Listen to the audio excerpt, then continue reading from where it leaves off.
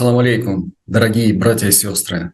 10 декабря 2022 года состоялась очень важная для всего исламского мира конференция «Глобальный кризис. Кто для нас пророк Мухаммад? Мир ему и благословение Аллаха» с синхронным переводом на 70 языков мира. И сегодня мы продолжаем серию международных дискуссий, посвященных этому важному событию. Да, ассаляму алейкум всем зрителям. Сегодня с нами уважаемый гость. Это Хайруддинов Айдар Гарифуддинович. Я уверен, многие его уже знают. Для тех, кто еще не знаком, я его представлю. Это кандидат философских наук, исламовед, преподаватель, историк, автор книг. Кроме того, Айдар Гарифуддинович является переводчиком и входит в состав коллектива авторов, подготовивших свой вариант перевода текста Корана. И сегодня мы хотели бы обсудить некоторый спектр вопросов, который возник уже после конференции среди уммы. Вопросы это очень волнуют мусульман, и поэтому для многих очень важно услышать будет, Айдар Гарифуддинович, ваше авторитетное мнение по некоторым вопросам. Ну вот, например, такой вот приходится слышать: не слушайте простых людей, они не имеют права это говорить об исламе, слушайте только алимов, ученых ислама.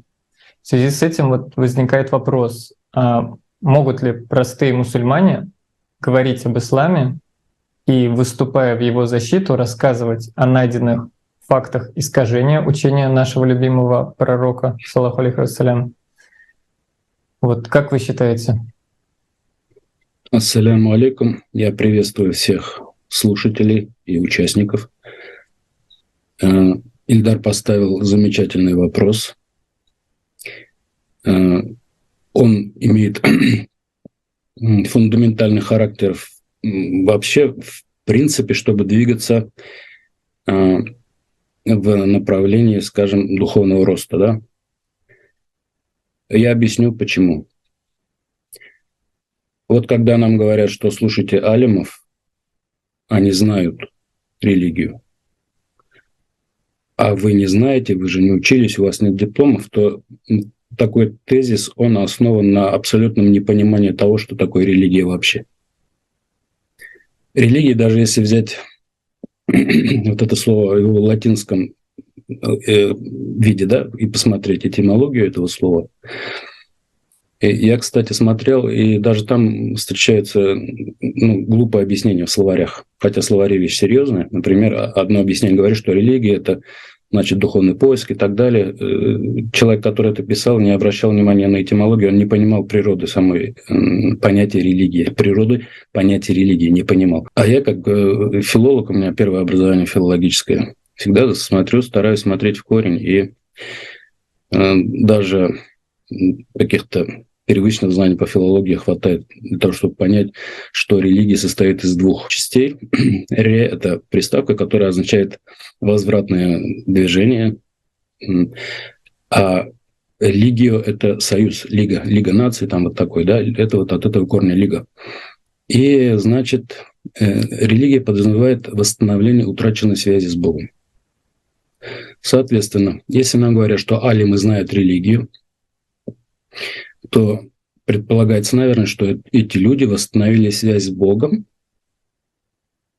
но по тому продукту, который они выдают, я очень сильно сомневаюсь, что эти люди восстановили связь с Богом. Второй момент. Когда нам говорят, слушайте алимов, обосновывают это таким образом. Вот если у вас заболели зубы, вы идете к дантисту. Если у вас сломался автомобиль, вы идете к механику, он вам его ремонтирует и так далее. А когда речь идет о религии, о знании религии, значит, вы идете к алиму. Ну, совершенно профанический, идиотский подход к пониманию религии. Опять-таки, религия приравнивается к материальным вещам, спускается на уровень вот этой обыденности, плоской вот этой материальное наше бытование, когда религия вроде как автомобиль, да, вот у меня вот, значит, возникла потребность, я пошел к ученому, он мне все объяснил, и все замечательно. только люди, не понимающие природу религии, могли предложить вот такое сравнение. Значит, врачи занимаются вашим здоровьем, а религиозные деятели занимаются вашим духовным развитием. Тогда я и любой из нас, кто испытывает жажду или чувство голода, должен пойти к кому-то и попросить его, чтобы он утолил нашу жажду. Давайте представим, я захотел пить. И я пойду к кому-то, чтобы он решил эту мою проблему. Конечно, нет. Я просто пойду к роднику там, или где у меня источник воды, наберу и выпью. Так вот, религия и как способ восстановления связи человека с Богом – это то же самое, что и жажда. На материальной плоскости – да, жажда, голод и так далее. А в духовной плоскости мы имеем такое же полное право, не обращаясь ни к кому, идти прямо к Богу. Тем более, если Бог оставил для нас и передал для нас всю необходимую для осуществления такого контакта информацию. В данном случае мы говорим о Коране и жизненном пути пророка Мухаммада. В той области, которую я называю сферой достоверных хадисов, а не выдуманных. Поэтому, когда нам говорят, слушайте алимов, то это надо понимать, не слушайте себя. Если это примерно было бы то же самое, если бы вдруг я сказал, хочу пить, и мне сказали, вот слушай того-то, он тебе расскажет, как это здорово пить и что нужно пить. И при этом будет говорить тебе, ты не должен пить сам. Понимаете? Вот когда касается биологии, здесь, биологии, физиологии нашей жизни здесь, то таких глупых предположений там или предложений не звучит обычно, да? То есть все понимают, что каждый утоляет свою жажду самостоятельно. А почему звучат такие вещи, когда речь идет о восстановлении связи человека с его Творцом? Потому что это та сфера, в которой затрагиваются вопросы того, кому служит человек. Конечно, шайтан хочет, чтобы человек служил ему, и поэтому он создает эти преграды. А если человек неосознанный, и ум есть, а разума нет, то он поддается такому влиянию и начинает слушать своих советчиков, тем самым выстраивая целую когорту посредников между собой и Аллахом. Но это тоже опыт, который дух должен пройти. Иначе, это условие созревания духа. Раз за разом, открывая ложные двери и не находя там успокоения, и не устанавливая этой связи со своим Творцом, человек, а точнее дух, начинает получать опыт развлечения лжи от правды. Такой опыт абсолютно необходим. Опыт ошибок, заблуждений. Потому что если человек не будет отличать правду от лжи, то любая открытая дверь ему будет казаться правдой. Но когда, открывая дверь, он будет видеть, что там неправда, то он закроет эту дверь и пойдет дальше открывать следующую дверь. Это необходимые этапы роста. Об этом Аллах в Коране сказал, что все расставлены по своим степеням, и, соответственно, тому, на какой степени духовного развития, надо предполагать, находится этот дух, то в такой мере и его степень приближения к Богу. То есть нельзя человека, который считает, что, совершая намаз, он уже достиг вершин религиозности, нельзя его сравнить с тем, кто понимает, что намаз – это только первая ступенька на пути постижения истины. Поэтому я повторюсь, когда нам говорят, слушайте, алимов – это черная магия. Нельзя зацикливаться на этом. Да, у алимов есть дипломы, но у них нет печати от Бога, что они постигли истину. И нужно понимать, да, когда ты изучаешь религию, кажется, что нужно идти к ученым, идти в медресе и так далее. Я и сам такой этап жизни прошел. Это необходимое условие, чтобы научиться отличать. Я не говорю, что он научит плохому, да, но нельзя заменять вот это знание, ставить на место истины. Вот мы говорили, что за знаниями идут в медресе или к алимам. Ильдар, мы даже с самого первого интервью, это у меня прозвучало, помнишь, при первом с тобой знакомстве, первая наша работа совместная, я там говорил, что человек, который приходит в медресе или к шейху, или кому бы то ни было еще за знанием религии, как он предполагает, за религиозными знаниями, можно так назвать, он должен получить от своего наставника, услышать такую фразу: «Я могу дать тебе только знание о том, как правильно совершать обряды». Вот этот вот, Ренат, завет Аллаха, да, который сказал: то-то, то-то, то-то вы должны совершать. И шейх или там муаллим должен сказать: я тебя научу вот тому-то, тому-то, тому-то, как это предписано в Коране и утверждено сунной пророка Мухаммада, алейхиссалям. Но вторая важная мысль должна прозвучать, тезис: я не могу научить тебя исламу. Вот ты пришел за религиозными знаниями, предполагаешь, что я тебя научу исламу. Так ведь? Конечно, ведь так. Но исламу я тебя не могу научить. Я могу тебя научить обрядам, образу жизни, практикуя которые, возможно, если соизволит Аллах, глядя на степень твоей искренности и напористости, и если он соизволит, примет это, то он удостоит тебя ислама. Это же коранический тезис, что Аллах расширяет грудь для ислама тому, кому пожелает. Поэтому, когда нам говорят, что там-то и там-то мы вас научим исламу, это обман. Ислам дается Аллахом, равно как и вера дается Аллахом. Если внимательно читать Коран, то мы увидим, что вера не приходит к человеку только от того, что он сказал «Ашхаду ан ля иляхаилляллах», да? Совершенно не так. Вера дается Аллахом. И ведь Аллах говорит: неужели вы думаете, что мы вас не подвергнем испытаниям, как им подвергали тех, кто был до вас, только от того, что вы сказали «я уверовал»? Отнюдь.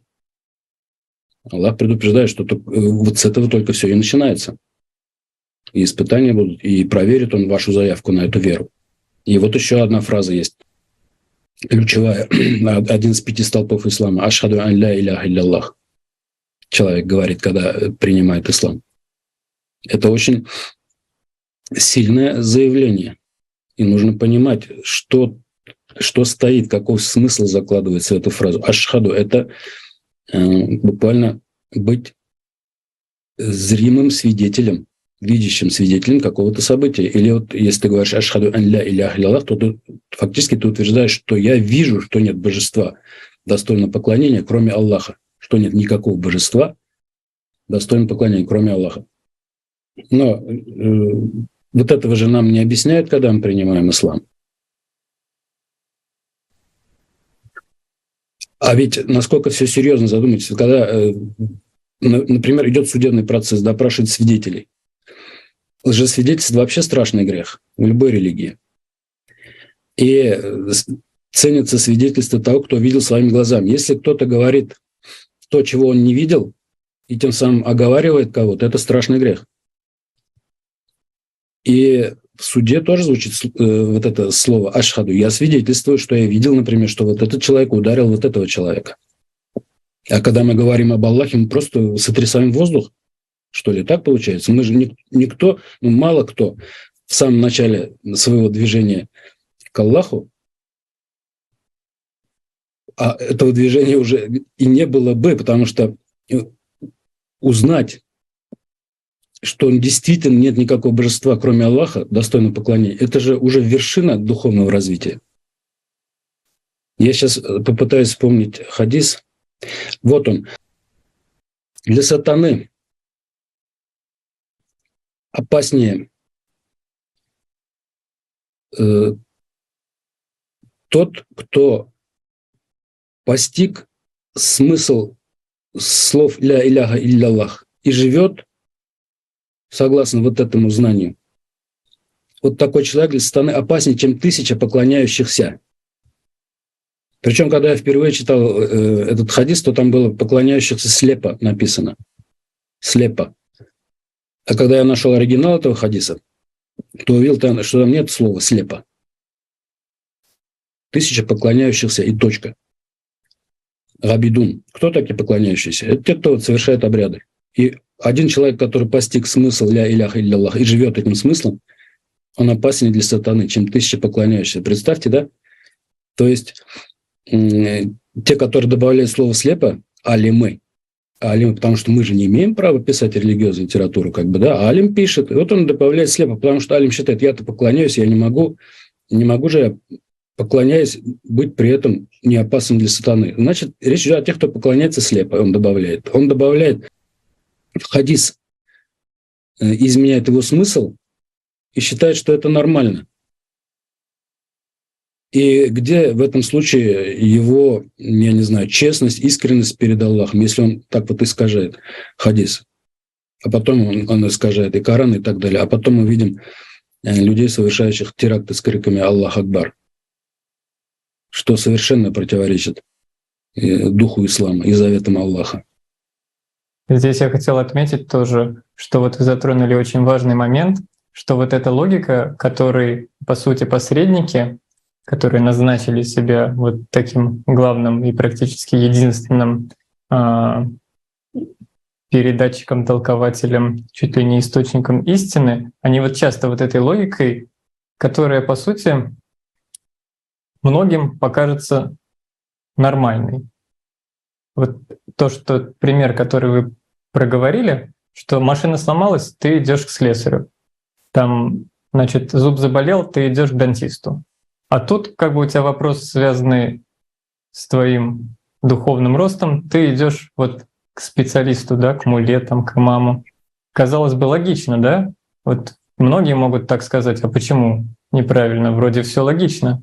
Но получается, что в этой логике вопрос веры, вопрос твоего духовного роста, он становится на одну ступеньку с какими-то бытовыми земными делами, земными проблемами, желаниями, страстями.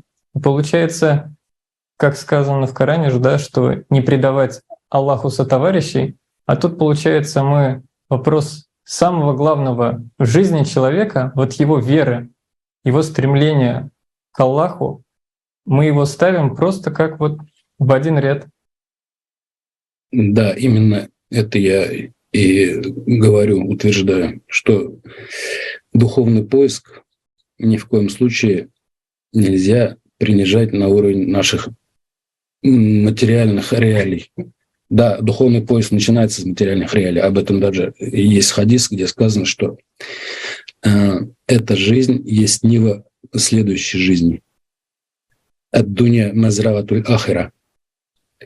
То есть это нижайшая наша жизнь, есть поле, засевы, которые своими деяниями мы формируем условия следующей нашей жизни. Айдар Гафрудинович, огромное вам спасибо за ответ. Действительно, у человека есть очень высокая ответственность за свое духовное развитие, преодолевать, самостоятельно изучать, преодолевать преграду от шайтана и достичь довольства Аллаха.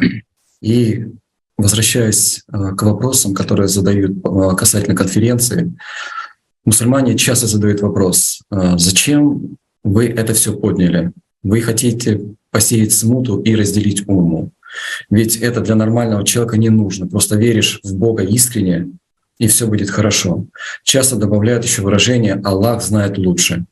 Как вы считаете, правильно это или нет? Вот с какой позиции? Ведь Аллах уже сказал свою волю, и воля Аллаха была передана самим пророкам. Мир ему и благословение Аллаха. А люди ждут еще какую-то волю. Мусульмане часто используют такое выражение в отношении ислама, в отношении Корана. И мы просто хотели спросить, Как это понимать? Почему? Потому что все то, что касается Корана, то, что касается ислама, ведь воля Аллаха уже была проявлена. Он ее озвучил самому пророку, и сам пророк донес ее нам. И то, что говорил пророк, мир ему и благословение Аллаха, это и есть проявление воли Аллаха. И вот в этом вопрос. Это нормальное явление. То есть разве Аллах должен подтверждать свои действия, чтобы обычные люди делали то, что хотят, шли за кем хотят и называли себя при этом мусульманами? Главное, что воля Аллаха уже была на то, какой должна быть умма. А люди говорят, если была бы воля Аллаха, получается, Аллах должен еще раз подтверждать свою волю. Вот меня тоже эта фраза привлекала мое внимание. Думаю, почему ее ставят где надо и не надо? Это такая подушка безопасности, это снятие с себя ответственности. Нежелание брать на себя ответственность. Например, алим может написать целую фетву, на исламских сайтах обычно эта фраза всегда, а потом в конце добавляет «Аллах знает лучше». Ну, ты же алим, ты же претендуешь на то, что знаешь ответы на все вопросы. Это не мы же придумали это. Это вы о себе говорите. И вы говорите, что нужно слушать вас, а не читать Коран самостоятельно и не двигаться к Аллаху самостоятельно. Не пейте сами, мы за вас выпьем и расскажем, да? И вдруг вы же говорите, что Аллах знает лучше. Ну тогда признайте, что вы тоже не знаете. Вы скажете «я не знаю». И не надо будет добавлять этой фразы, лукавой вот этой фразы, от лукавого. Просто скажите, вот в пределах моей компетенции я могу объяснить тебе вот так, так, так, а остальное ты уже взвешивай на весах своего сердца, прав я или не прав. Ну, алиму страшно так сказать. Он же подвергает сомнению свой авторитет. То есть шайтан, который в нем сидит, не позволяет ему совершить такой поступок, что люди, которые к алиму приходят за советом, могли бы усомниться в нем.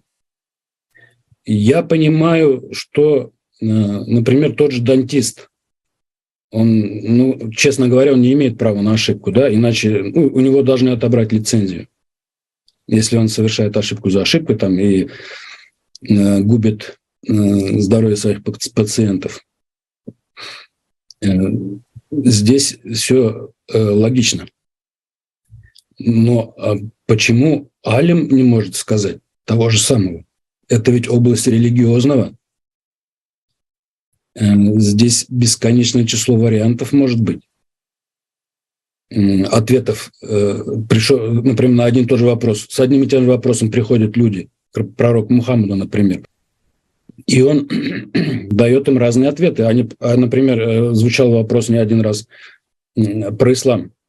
Например, расскажи мне об исламе так, чтобы я ни у кого больше ничего не спрашивал. Задается вопрос пророк Мухаммад. И он отвечает: скажи, я уверовал в Аллаха и будь честен. Кому-то он отвечает другими словами. Скажи, я уверовал в Аллаха и будь, например, таким-то. То есть пророк видит, видимо, состояние вот этого человека, который к нему приходит. Может, он его знал, этого человека, да?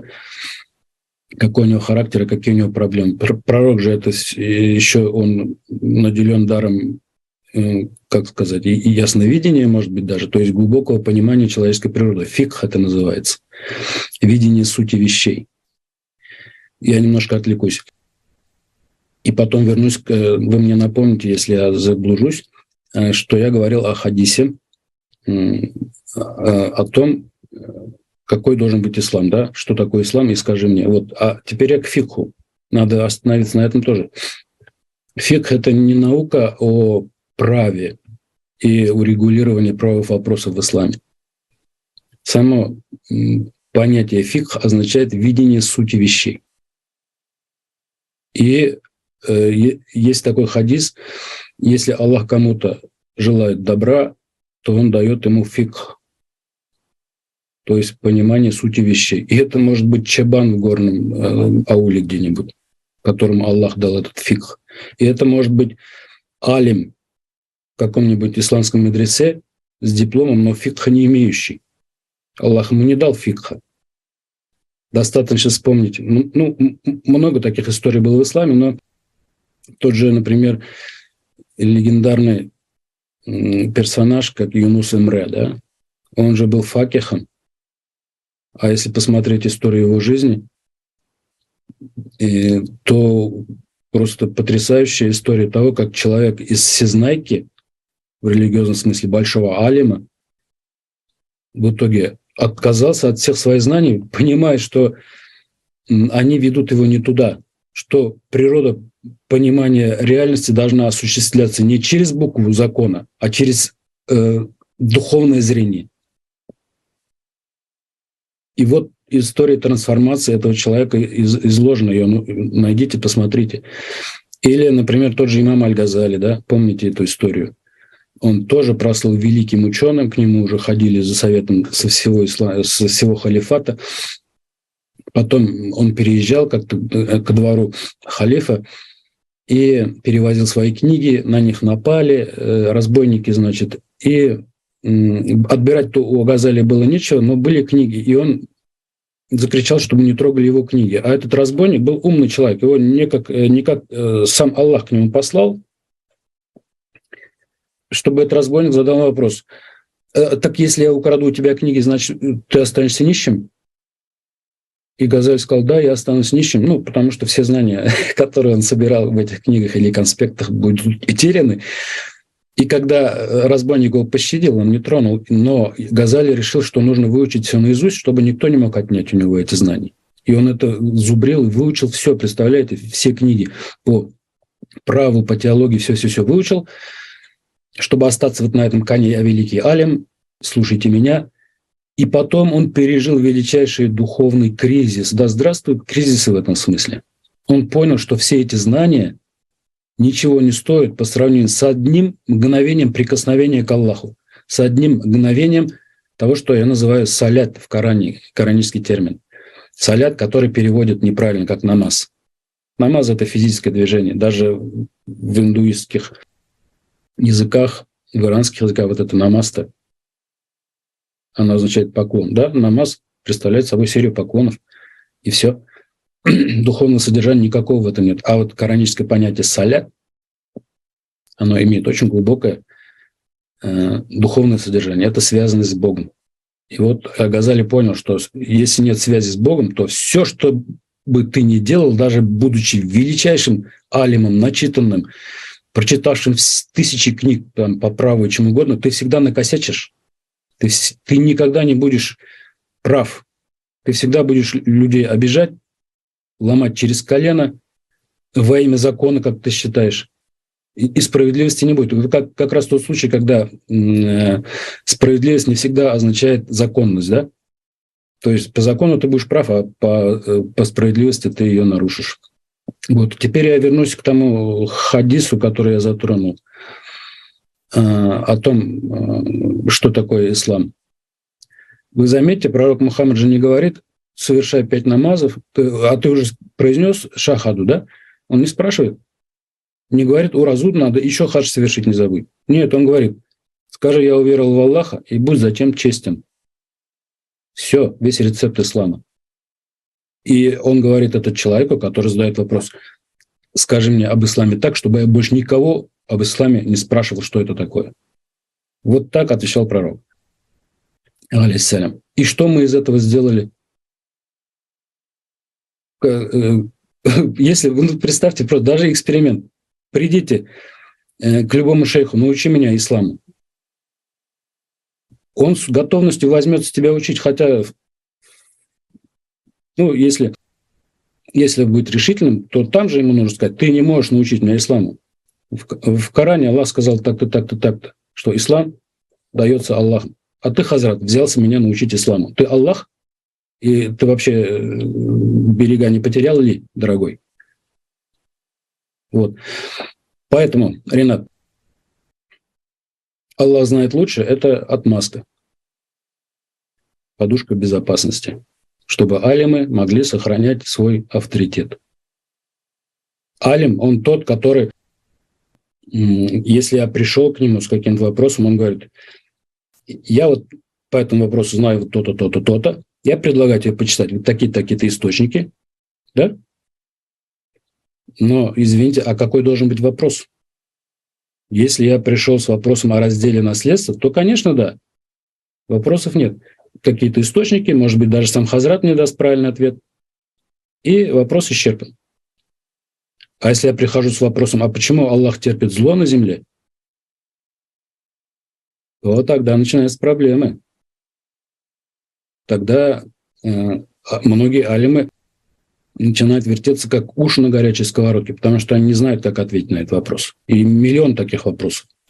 Я просто был рядовым прихожанином, так скажем, и задал вопросы, и хазраты, которые проводили вот эти так называемые, чтение Корана, да, по разным случаям.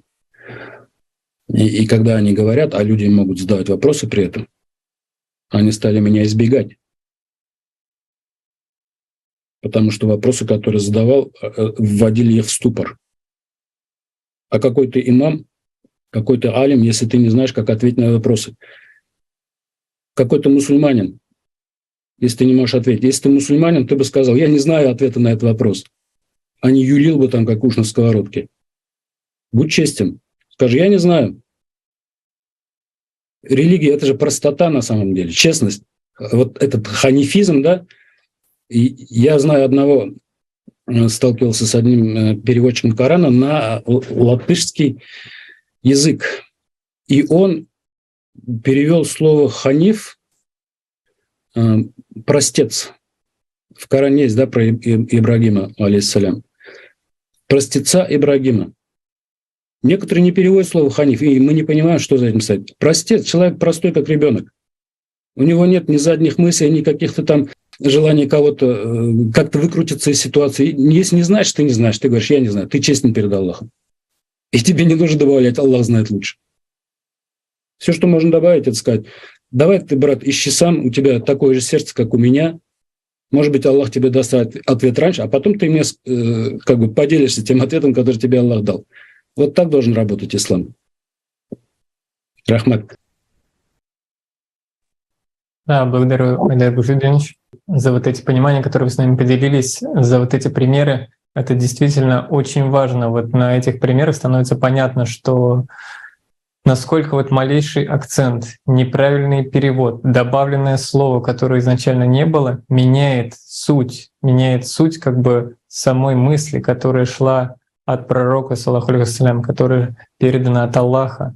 И насколько важно все-таки в этом всем самому тоже разбираться, вникать, стараться понять глубину и сверять все время именно с тем своим внутренним ориентиром, насколько ты сам чувствуешь, что это действительно та истина, которая шла от Аллаха к пророку нашему, саллаллаху алейхи вассалям. Благодарю еще раз. Айдар Гарифудинович, еще один вопрос. Вопрос очень острый, но не могу его не задать, судя по реакции многих мусульман. Получается, что сегодня масса людей, по сути, идет за Умаром. И люди просто не помнят, что было в те времена, что Умар пришел к любимой дочери пророка, саллаллаху алейхи вассалям, Фатиме, которую сам пророк называл предводительницей женщин рая. И вот Умар пришел к ее дому с факелом, она вышла и сказала: «Что ты собираешься делать? Сжечь мой дом?» А он ответил: «То, что я хочу сделать, это лучше для людей, чем то, что сделал твой отец». И он ударил ее, и у нее из-за этого удара был выкидыш. Это общеизвестный факт, исторически подтвержденный. Это та правда, которая произошла. Умар собственной рукой убил внука пророка, саллаллаху алейхи вассалям, и явился причиной смерти Фатимы, ведь она через короткий промежуток времени умерла. И Умар сказал, что это лучше, что он сделал, значит, смерть дочери и внука пророка, саллаллаху алейхи вассалям, это лучше для людей, чем то, что сделал сам пророк, мир ему. И после этого, как вы считаете, пророк встретил его после смерти и защищал его перед Аллахом? И всех, кто шел за Умаром до сегодняшнего дня, встречает ли пророк, мир ему, и защищает их перед Аллахом? Вопрос острый, Ведь многие спорят и говорят, что якобы наш пророк, саллаху алейхи вассалям, заступился за Умара и пообещал, что у него будет рай еще при жизни. Вот после этого поступка разве пророк, саллаху алейхи вассалям, мог такое пообещать Умару? Как вы считаете? Я предлагаю вспомнить исламский символ веры. Он четко указан в Коране. Я об этом писал в свое время даже статью, потому что у нас в символ веры, помимо там веры в Аллаха, в послания пророков, в ангелов, судный день, туда еще приписана такая категория, как предопределение. Ну, предопределение – это отдельная тема, она туда добавлена, в Коране ее нет. Тем не менее, символ веры вот такой существует. Но даже в этом, скажем, оккорректированном, точнее искаженном символе веры, куда вставлено предопределение, нету такого пункта, как необходимость веры в Умара или в кого бы то ни было из сахабов еще. Согласитесь? Поэтому Умар и то, что он делал, он совсем не авторитет в плане того, как бы корректна вера мусульманина или нет. Вот никаким образом он там не участвует. Но у людей психика так интересненько так устроена, и шайтан этим пользуется. А точнее, он как раз и создает такой механизм отношения к реальности, что давайте вот такую иерархию представим. Мусульмане верят в Аллаха, согласен. Это вот самая верхушка веры, скажем, да, верхняя точка ступени веры. Потом идем по символу веры вниз, вот потом прошли предопределение, первый добавленный элемент. Потом второй, значит, непогрешимость сахабов. Ну, я ее так называю, она в это как бы мусульмане обязаны верить, получается. Потом, на этом же не заканчивается, начинается полная белиберда. Верят, например, в основателей масхабов. Но я верю, что это исторические личности. Все, и моя вера на этом заканчивается. А веры в их непогрешимость у меня нет. Приведу пример. Значит, есть такое позорное явление, как женское обрезание. Оно практикуется в одном из масхабов. Однажды в интернете я затронул эту тему и на меня написал статью, и на меня буквально обрушились с критикой, угрозами мусульмане, которые абсолютно убеждены в том, что это же имам Шафии ввел это. Как ты смеешь опровергать имама Шафии? А что, имам Шафии, он до уровня пророка уже дорос? Видите, на Умаре не останавливается. Потом у нас идет имам Шафии, значит, а кто-то под имамом Шафии. Вот если брать такую градацию, я не знаю, научного там или рейтинга, да, вот этого религиозной учености рейтинг, так очень легко этот механизм доходит до главы какой-нибудь секты, которая собирает мусульман и дурачит им мозги, держит их в подвале, значит, не позволяет детям учиться, полностью отрывает их от социума. То есть, видите, шайтан до чего доводит?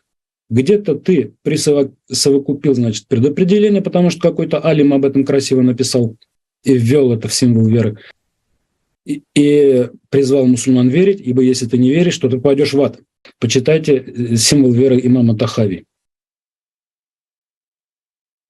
Или другие символы. Там же такие формулировки применяются. Если ты в это не веришь, то ты кафир. Понимаете? Аллах скромно курит в сторонке, я бы сказал, в таком случае. Тут за него уже говорят, значит, ты кафир и в этом случае, и ты кафир в этом случае. Аллах такого не говорил. Они придумывают, потом людей запугивают, а люди позволяют себя запугивать, потому что они считают себя необразованными. Им же не говорят, что у тебя такое же право утолить собственную жажду самостоятельно и не идя ни к кому. И такое же право у тебя удалить жажду самостоятельно духовную, жажду Аллаха, жажду соединения с Аллахом. Им этого не говорят. И вот люди вынуждены верить в эту чушь. Поэтому эти механизмы, они внедрены в сознание людей шайтаном, и это такое скрытое идолопоклонство, когда, совершив ошибку однажды и приняв, например, тот вариант ислама, который насадил Умар, ты стал верить в то, что Умар непогрешим. Тут для тебя какой-то подворотный шейх станет скоро таким же святым, и ты во имя него пойдешь там убивать, резать или что-то еще. Сплошь и рядом. Это вот такой механизм. Поэтому, когда вы спрашиваете, встретил ли пророк Умара вот так, да, и продолжает ли встречать его последовательно, здесь даже отвечать не о чем. Это очевидно, что к чему пришел ислам после того, как за него взялся Умар. И нас же еще учат, что вот этот ислам, он единственная надежда для человечества. Извините меня, ни один разумный человек, видя то, во что превратился ислам, не может согласиться с этим безобразием. Я считаю, что разумный человек пойдет к Корану, познакомиться близко с Кораном, и тогда он скажет: да, я принимаю веру в Аллаха, я верую в Аллаха, я верую в Коран. И вот в таком смысле люди, которые находятся или приходят в ислам из неисламской традиции, они более, как бы, я не знаю, трезвомыслящие, более правильные мусульмане, что если так можно выразиться, конечно. Потому что они сохраняют трезвый рассудок, у них нет в голове идолов. Если такие люди, конечно, есть. Потому что трудно представить, чтобы в ислам пришли, чтобы человек мог прийти в ислам, минуя тысячи вот этих ловушек, которые расставил шайтан в образе разных книг авторитетных, великих алимов и так далее. Вот возьмем теперь этот момент святости, да. Я приведу пример, с которым я познакомился, труды Бегиева. Он описывает имама Абу Ханифу. Да, выдающаяся личность. Бегиев говорит: Абу Ханифу надо ценить и любить не от того, что он совершал утренний намаз, не совершая при этом омовения. А знаете, что это означает? Это означает, что имам Абу Ханифа не ложился спать. То есть днем он занимался своими религиозными обязанностями, да, учил, наставлял, выносил фетвы. А по ночам он, значит, проводил в богоугодном бдении, совершал намазы, занимался делами и бдел, то есть он не спал. Когда человек не спит, и его состояние ритуальной чистоты сохраняется. Если он ложится спать, то это состояние пропадает, поэтому если ты проснулся на утренний намаз, ты должен совершить омовение. А если ты не спал, то тебе не обязательно совершать омовение. Вот это имеет в виду Бегиев, когда говорит о том, что не нужно восхищаться тем, что имам Абу Ханиф совершал утренний намаз, не совершая омовение. Это, говорит, его личное дело. И как он выстраивал отношения с Аллахом. Имама Абу Ханифа мы должны ценить по той причине, что он разработал великолепные механизмы перевода указаний Корана в плоскость социально-юридической практики. Вот он этот механизм разработал. В этом его заслуга перед уммой. Спасибо за ваш ответ. И мы бы хотели задать еще один вопрос. Есть еще одна очень важная и одновременно очень острая тема, касающаяся чистоты ислама и неизменности Корана. Зрители пишут: ислам идеален, это последняя религия, а Коран неизменен, и его охраняет сам Аллах. Как вы считаете, так ли это? И о каком Коране идет речь в этом понимании? О Коране, который дал Аллах, о котором нам поведал сам пророк, мир ему и благословение Аллаха, или о Коране, который написали люди, иудеи, в котором больше упоминаются пророки, герои и наставления иудейской религии? Значит, ислам идеален? Идеален тот ислам, который Аллах дает человеку, для которого Аллах расширяет его сердце. Вот этот ислам идеален. Все остальное — это не ислам. Это только вывеска. Приведу пример из жизни выдающегося татарского религиозного деятеля Абдрашита Ибрагима. Это тот самый человек, который основал мусульманскую общину в Японии. И в основе ее лежала татаро-башкирская эмиграция. Когда ислам стали принимать японцы, то был такой случай, когда один молодой человек, японец, принял ислам и пришел к Абдрашиту Хазрату с вопросом: «Я принял ислам, от чего я должен избавиться в своей жизни?» И Абдрашит Хазрат ему сказал: когда настоящий ислам в тебя войдет, все ненужное из твоей жизни уйдет само собой.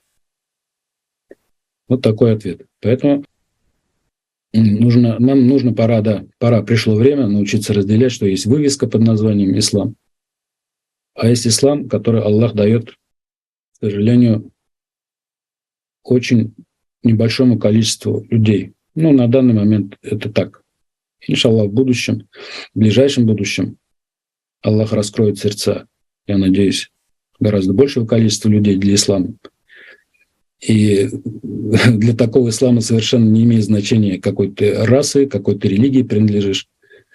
И потому что истина для всех одинакова, как и вода, которая утоляет жажду умирающего в пустыне.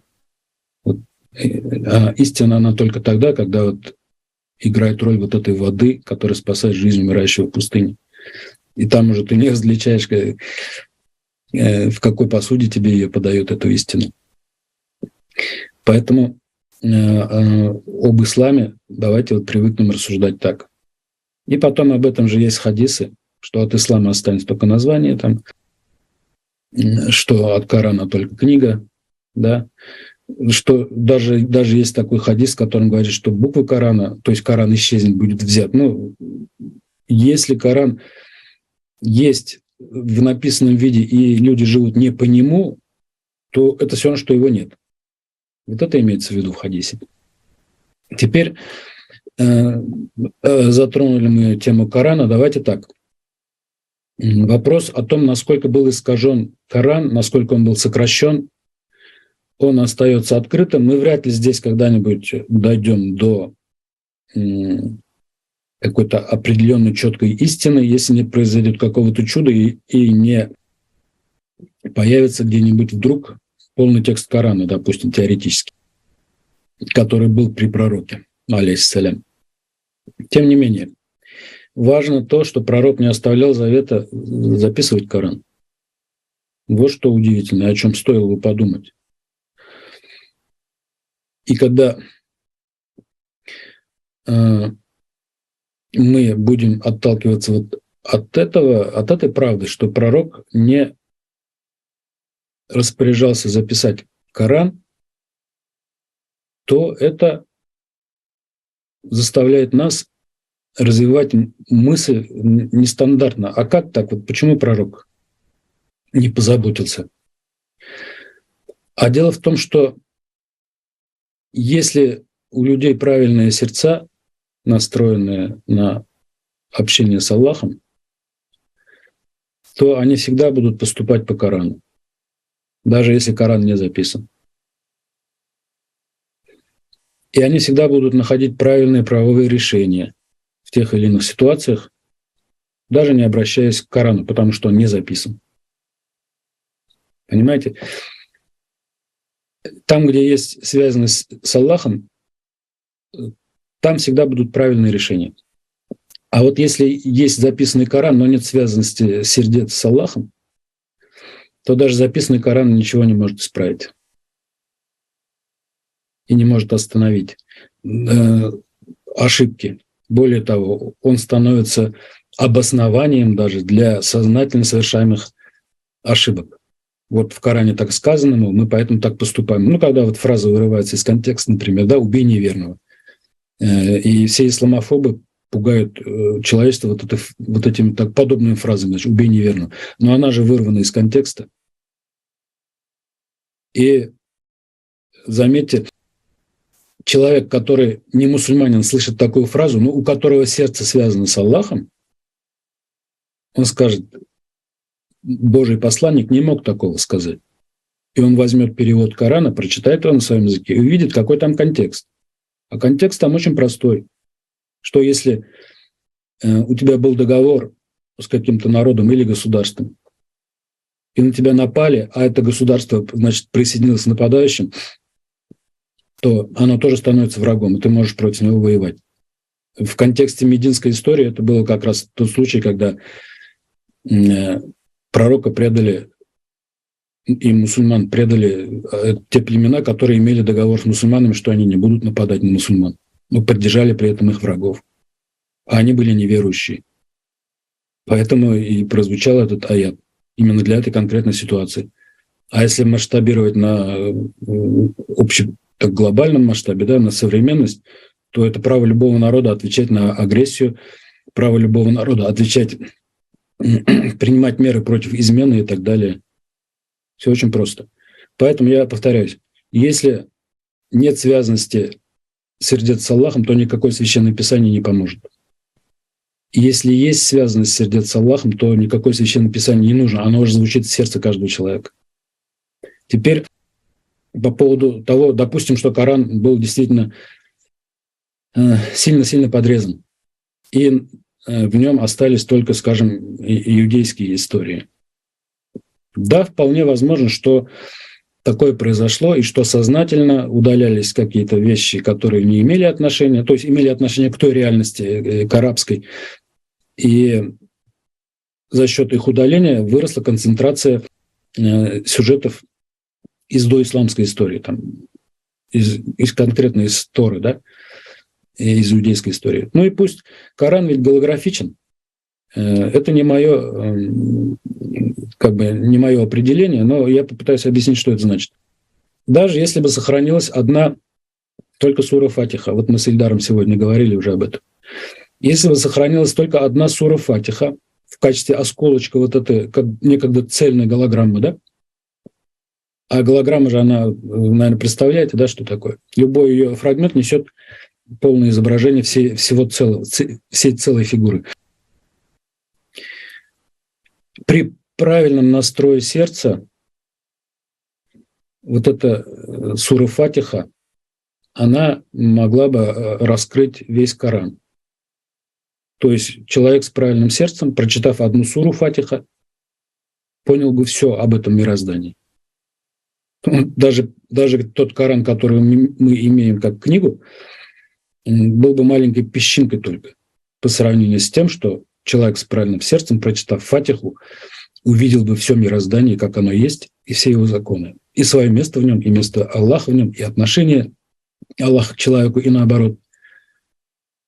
Поэтому даже сокращая, они, да, как сказать, в плане объема материального, они, да, может быть, сократили Коран, но в плане его духовного содержания они не смогли. И тем более были в истории такие случаи, когда Коран пытались физически уничтожить. Ну, в том же самом Советском Союзе, да, за списки Корана, сохранившиеся у людей, их могли отправить в лагеря. И что это нисколько не навредило Корану, который находится на самом деле на небесах. Это, знаете, это как солнце, образно говорю, как солнце. Небо может затянуть тучами, и мы можем не видеть месяцами солнце, но тем не менее планета будет жить, потому что солнце ее освещает в других местах. И эти облака – временное препятствие для проникновения солнечных лучей именно к нам. Но это не значит, что солнце выключили. То же самое с небесным Кораном. Да, мы можем очень сильно отдалиться от Корана. Мы можем, обнимая Коран, жить не по Корану. Вот такой парадокс. Мы можем, обнимая Коран, держа его на верхних полках, жить не по Корану. Но это не значит, что Аллах перестал наделять людей истиной. А поток истины постоянный, непрерывный.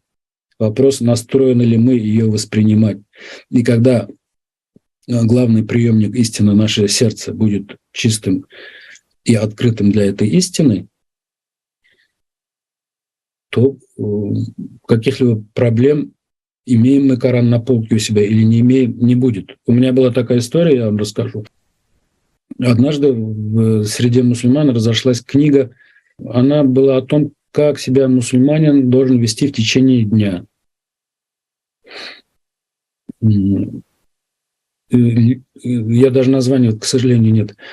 Но тем не менее. И вот однажды у меня состоялся разговор, в ходе которого одна женщина сказала, мусульманка, что не нужно нам никаких дополнительных источников информации. Вот же есть книга, ссылаясь на эту книгу, она говорит, в которой расписано все, как мусульманин должен себя вести.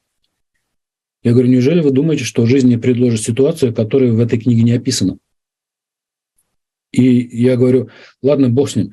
Даже если ситуация, которая в книге описана, и вы в жизни, вот какая-то сложилась история, и вам нужно принять решение. Вы что, побежите листать эту книгу, что ли? Это же глупо. Это все равно, что врач, хирург, который ведет сложнейшую операцию, и по поводу каждого движения должен бежать к справочнику, что ли, он? Нет, есть понятие «врач от Бога». Бог ведет его руку. Бог ему вкладывает правильное решение. И он совершает уникальную, успешную операцию и спасает жизнь. Не так ли? Насколько мы обмельчали, что думаем, что для совершения правильного поступка в той или иной ситуации мы должны бежать к какой-то книге, а где наши сердца? Мы забыли вообще о том, что у нас есть сердце, прямая связь с Богом, где Он без замедления подскажет, снизошлет правильное решение для любой ситуации. Поэтому, ребят, мы такие серьезные проблемы здесь затрагиваем. Видите, мы дошли до того, что, похоже, мы потеряли понимание того, что жить нужно по сердцу. Мы забыли, я встречал людей, которые мне говорили, убеждали, что нет такого понятия, как душа. Это катастрофа на самом деле. Но ночь темна перед рассветом, и я считаю, что мы начинаем движение вверх, из тьмы к свету. Коран, кстати, об этом и говорит, что он ниспослан человечеству, чтобы вывести его из тьмы к свету. А у кого нет Корана, как им быть? А у вас есть сердце. Если жить по сердцу, вы все равно будете двигаться из тьмы к свету. Вот что значит, связан человек с Богом через свое сердце или нет. Если нет связи, никакая книга его не спасет. Если есть связь, в принципе, книги ему и не нужны. Надеюсь, я как-то смог ответить. Благодарю, Айдар Гурсманович, за ваш ответ. Да, и снова мы, получается, возвращаемся к вот этому вопросу наличия посредников в религии и насколько у этого серьезные последствия. Ведь если так можно выразиться, простые рядовые мусульмане самостоятельно изучали историю своей религии именно с позиции как серьезного научного исследования, если бы самостоятельно читали Коран, его переводы, разные переводы, нюансы, сравнивали, вникали в суть сказанного там, примеряя к себе, к своей жизни, к своим мироощущениям. И если бы это все происходило, то вот такой очень острой реакции, вот такого шока, по сути, не было бы, потому что они бы понимали, знали, как происходила передача откровения, как оно передавалось сначала устно, насколько это все было сложно, насколько взаимоотношения в уме, они тоже были сложные, неоднозначные, были разные действующие силы. И вот эту историю, если бы люди знали, и они сами в это вникали, им гораздо проще было бы распознать те подмены, те искажения, которые были привнесены. Они же тогда бы знали, что вот то, что по сути, в самом Коране же говорится о том, что он, как откровение, как божественное откровение, хранится в небесной скрижали, ляхуль махфуз, что тот аят, на который ссылаются все мусульмане, что Коран не может быть изменен, в этом аяте упоминается слово, стоит слово «зикр», как напоминание, да, как напоминание того откровения, той божественной истины, которая каждый раз не спосылается через пророков от Аллаха людям. И тогда картина мира у них была бы намного ближе к пониманию всей сложности той миссии, с которой пришел наш любимый пророк, саллаллаху алейхи вассалям, и все-таки величайшим трудом он передавал к нам вот оттуда, из глубины веков, вот эту истину. Поэтому наша ответственность, как вот вы говорите, ориентируясь на свое сердце, распознать ту истину в ее изначальном чистом, прекрасном виде, которую передал нам сам Аллах через пророка. И в связи с этим вот вопрос, Айдар Гуршидинович, вот как вы считаете, если человек действительно стремится к Аллаху всем сердцем и любит нашего любимого пророка, саллаллаху алейхи вассалям, как ему поступить правильно?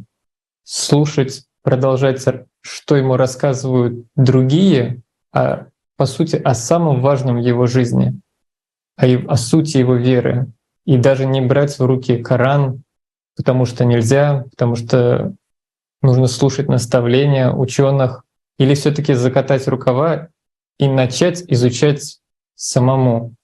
Вот как правильно поступить человеку сегодня? Ведь это, по сути, о чем мы говорим? Ведь это касается жизни после смерти. Куда человек попадет? В рай или ад? Как человеку все-таки быть? Просто слушать, как продолжать, как слушали на протяжении 13 веков, по сути, что рассказывают, начиная с Умара и до последних ученых, наставников. Что же быть, что делать мусульманину, стремящемуся к Аллаху сегодня? Дело в том, что все, что люди говорят об Аллахе, оно за редчайшим исключением не является результатом их собственного опыта общения с Аллахом. Более того, даже сама фраза «общение с Аллахом», она сразу вызывает отторжение. Меня называли сумасшедшим, там, по тебе психушка плачет, мол, от того, что ты такие обороты употребляешь, общение с Аллахом. Представляете, да, люди, которые говорят, мы веруем в Аллаха, которые говорят, мы читаем намаз, чтобы общаться с Аллахом, когда им говоришь об общении с Аллахом, шарахаются от тебя. Это что такое? Это какая-то серьезная болезнь. И эта болезнь, мы знаем, как она называется. У нее есть конкретное имя — Иблис, который поразил человека, который течет в нем подобно крови. И я приведу небольшой пример. Имам Газали писал о том, что человек старательно читает Коран, соблюдая все правила таджвида, стараясь правильно произносить каждый звук, имам Газали говорит, что вот к этому его сподвигает и увлекает этим занятием шайтан. Знаете для чего? Для того, чтобы человек не осознал смысл прочитанного. То есть он настолько увлечен правильностью произношения, орфоэпии, да, что ему просто уже не до постижения смысла. Его внимание отвлечено. И если даже в таком богоугодном действии, как чтение Корана, Иблис присутствует и управляет процессом, или может управлять процессом, если человек это позволяет ему сделать, то, конечно же, Иблис построил массу препятствий на пути человека к его Творцу. И многие из этих препятствий выглядят весьма благопристойно. То есть ты слушаешь проповеди, читаешь религиозную литературу, общаешься с мусульманами, когда все нормально, казалось бы, да, ты живешь в религиозной среде, и все такие кругом мусульмане, и все братья, и такая взаимовыручка, и поддержка, и все говорят об Аллахе,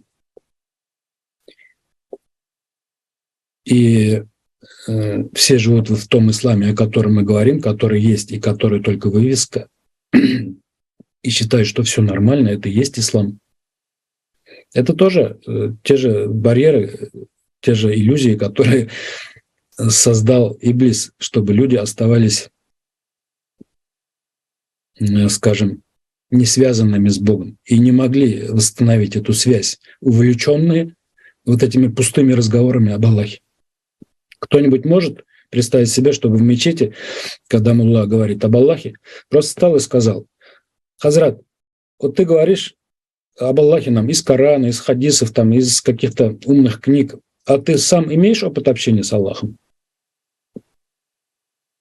Это будет шок на самом деле. Может быть, он тебя посохом выгонит из мечети, я не знаю, за такой вопрос. Об Аллахе имеют право говорить только те, кто имел с ним опыт общения.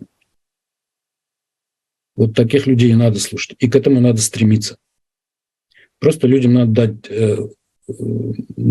поставить такой маяк, обозначить, что есть такая цель. Вот реальная цель – это только Аллах. Не останавливайтесь. Если вы веруете в Аллаха на самом деле, всеми силами своего сердца, то не останавливайтесь ни на чем, кроме Аллаха. Потому что везде, где вы остановитесь на чем-то, отвлекшись помимо Аллаха, это будет какой-то идол. Это будет очередная ловушка дьявола, чтобы задержать ваше развитие. Поэтому, наверное, уже пришло время сказать людям, что если вы веруете в Аллаха, то докажите это и дойдите до Него. Если вы испытываете жажду,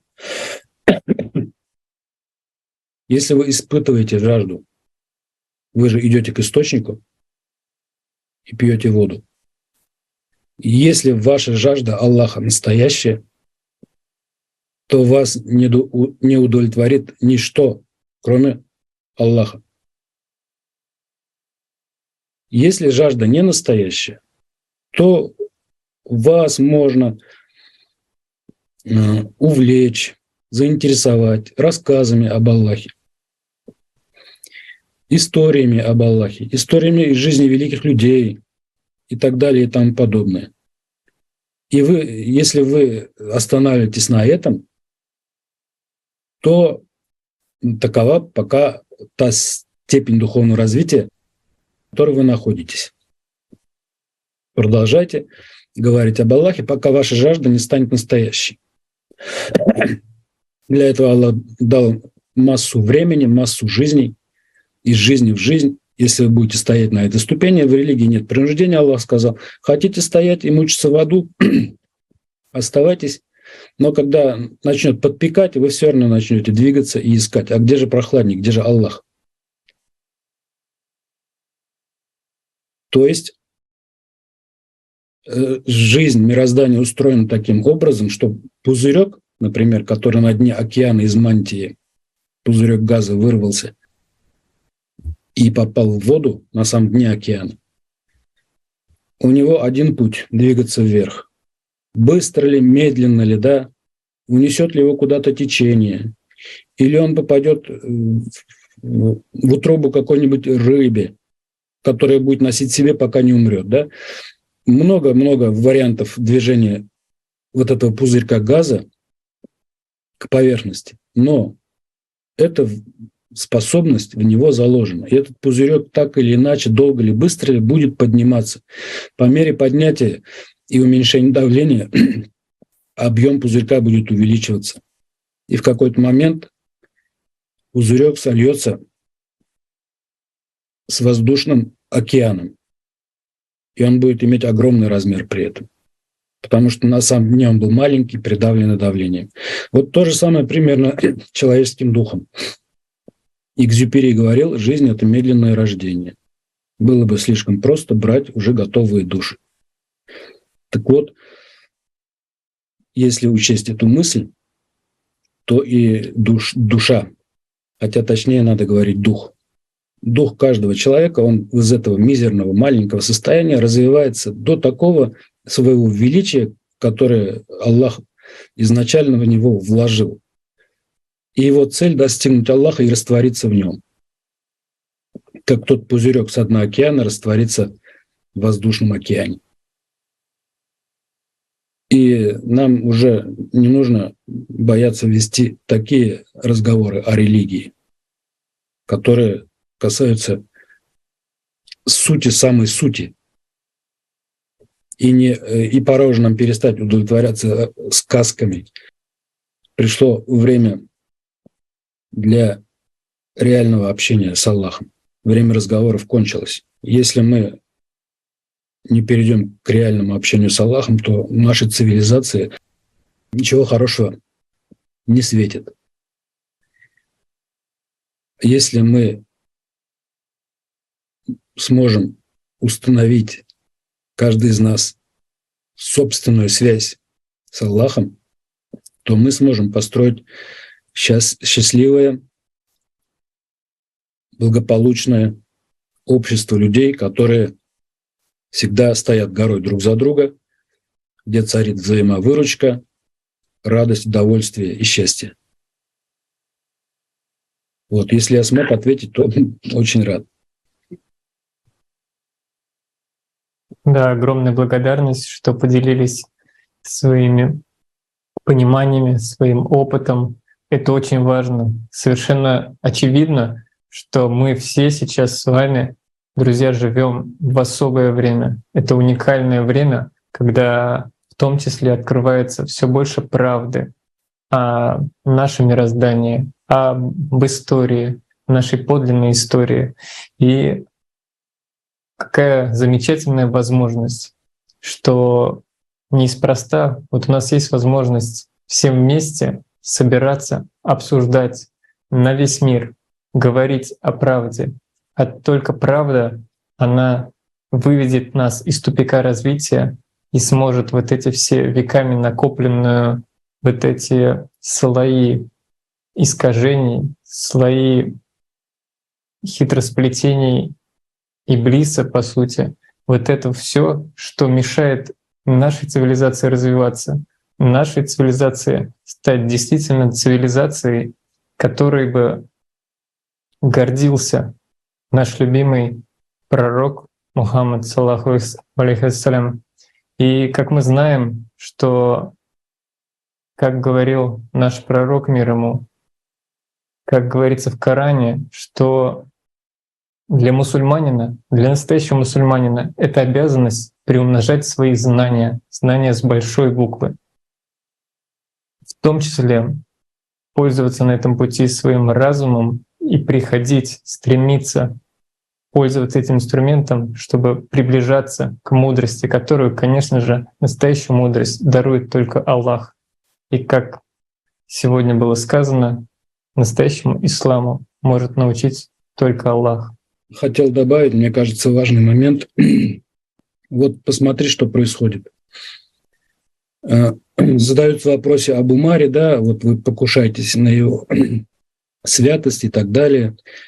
Создается впечатление, что люди воспринимают Умара как столб, я не знаю, критерий веры, да? Но мы же не говорим, что отказываясь или давая правильную оценку действиям Умара, мы отказываемся от намаза там, или шахады, или уразы, или чего-то еще. Обрядную сторону ислама мы вообще не трогаем. Почему столько тогда возникает волнений по поводу того, что прикоснулись к освященному образу Умара? Видите, шайтан так действует, что, привлекая внимание к этой фигуре, вот на него покушаются. Он создает впечатление, что покушается на ислам в целом. Очень хитрый ход, правда? Вот это тоже надо как-нибудь озвучить. Например, у того же Бегеева, когда он писал свои труды, касающиеся акиды исламской, он говорил, что в исламскую веру привнесено столько много постороннего, и это настолько высоко освящено, как буквально как столпы веры. Он говорит, что вот когда вот эту кожуру, налипшую грязь собственно, символа веры начинаешь снимать, чтобы показать, какой символ веры на самом деле в исламе, люди воспринимают это как покушение на саму веру. То есть вот так Иблис действует, он переводит стрелки сразу на главное и создается впечатление у недалеких умом людей, что покушается на самое святое. Мы говорим об Умаре, и столько шума, как будто мы разрушаем ислам. И Умар и ислам – это разные вещи. Мы только что говорили, да? Ислам дается Аллахом, причем тут Умар. Что будет, если вы будете знать об Умаре правду? Разве это нарушит ислам? Посмотрите, что произошло. Приведу другие примеры.